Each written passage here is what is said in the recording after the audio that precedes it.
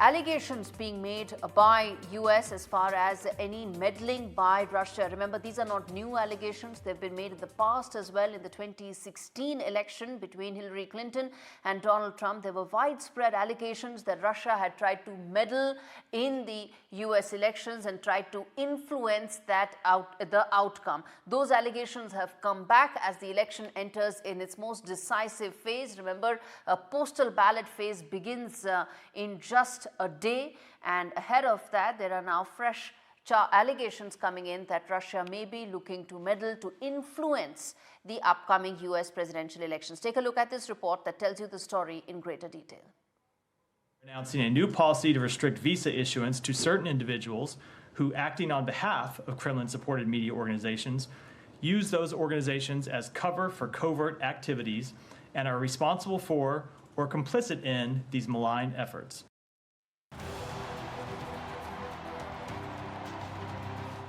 It's campaign season in the United States, and that means we're seeing not just debates and rallies, but also malign influence campaigns. In what is being described as the Biden administration's most significant response yet to Russian interference efforts, the United States has made major announcements regarding Russia's alleged interference in the election and unveiled a new wave of sanctions, criminal charges, and seized more than 30 internet domains. These actions are in response to what officials describe as a broad and ongoing malign influence operation by Russia. The United States has also accused Russia of waging psychological warfare on Americans as part of Moscow's sprawling campaign to influence the upcoming November election.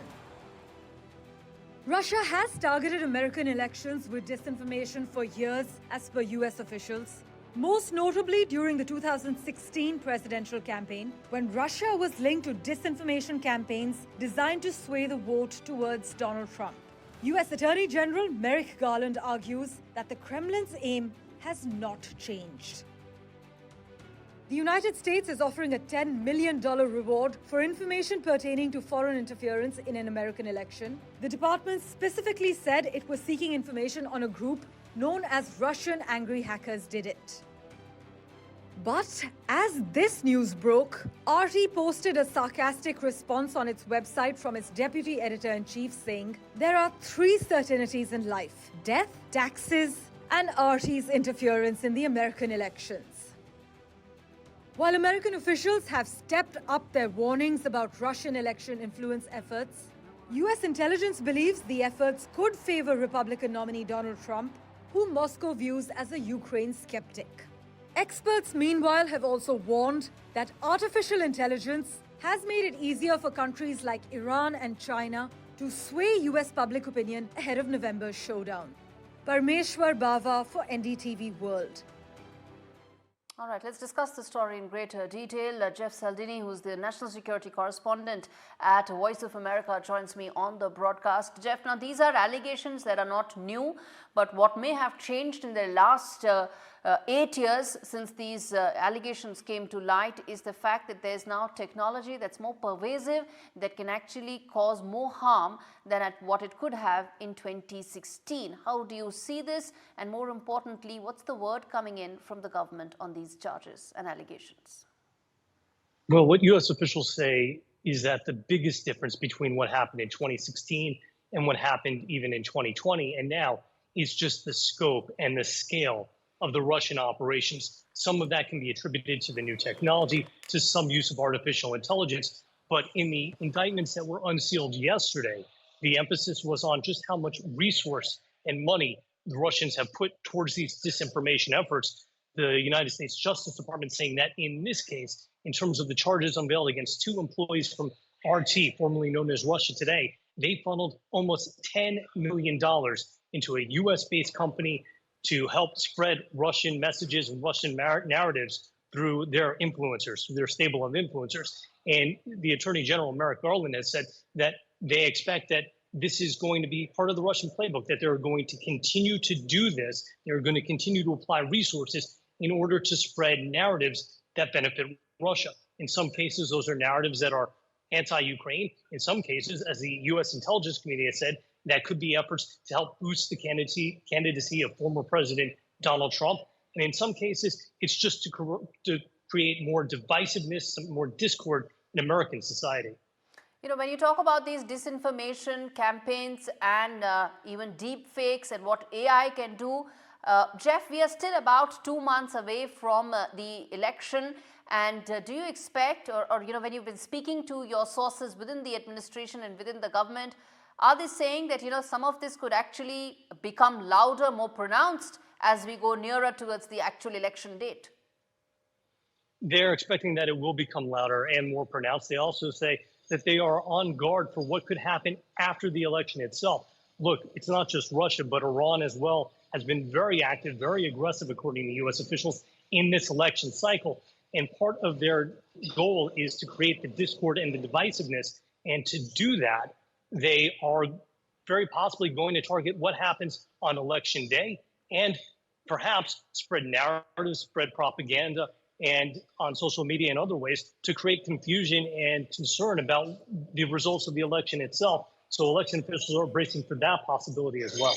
Jeff, very quickly, any word coming in from the Trump team? Because, you know, allegations and charges pretty much go up to the Trump team.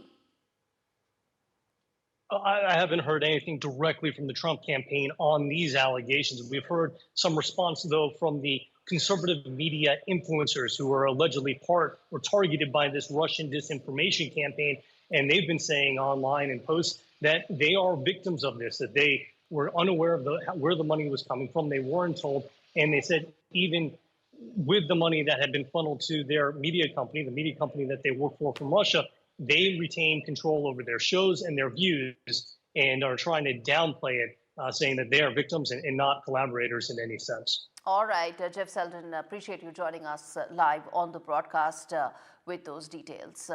In fact, let's now get in the other voice on this story, which is what exactly are Russia and Russia Today saying about it, because these allegations are about them.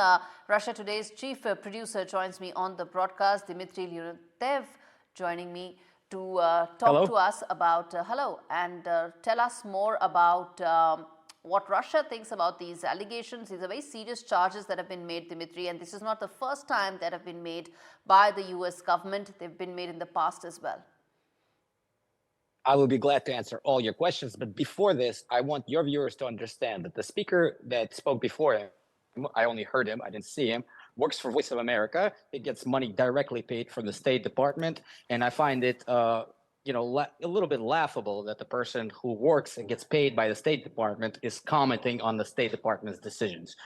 But so your viewers understand. Now, about the charges itself, it's twofold. The first thing is about the indictments. There are two indictments, as your viewers have stated. I cannot comment on them. I mean, I'm sure your audience have saw American movies and saw the Miranda rights. Anything I say will be used against us in court. And considering we have a number of people living in the United States and working for us in the United States right now, I don't want to endanger them and let the courts hopefully decide something fair.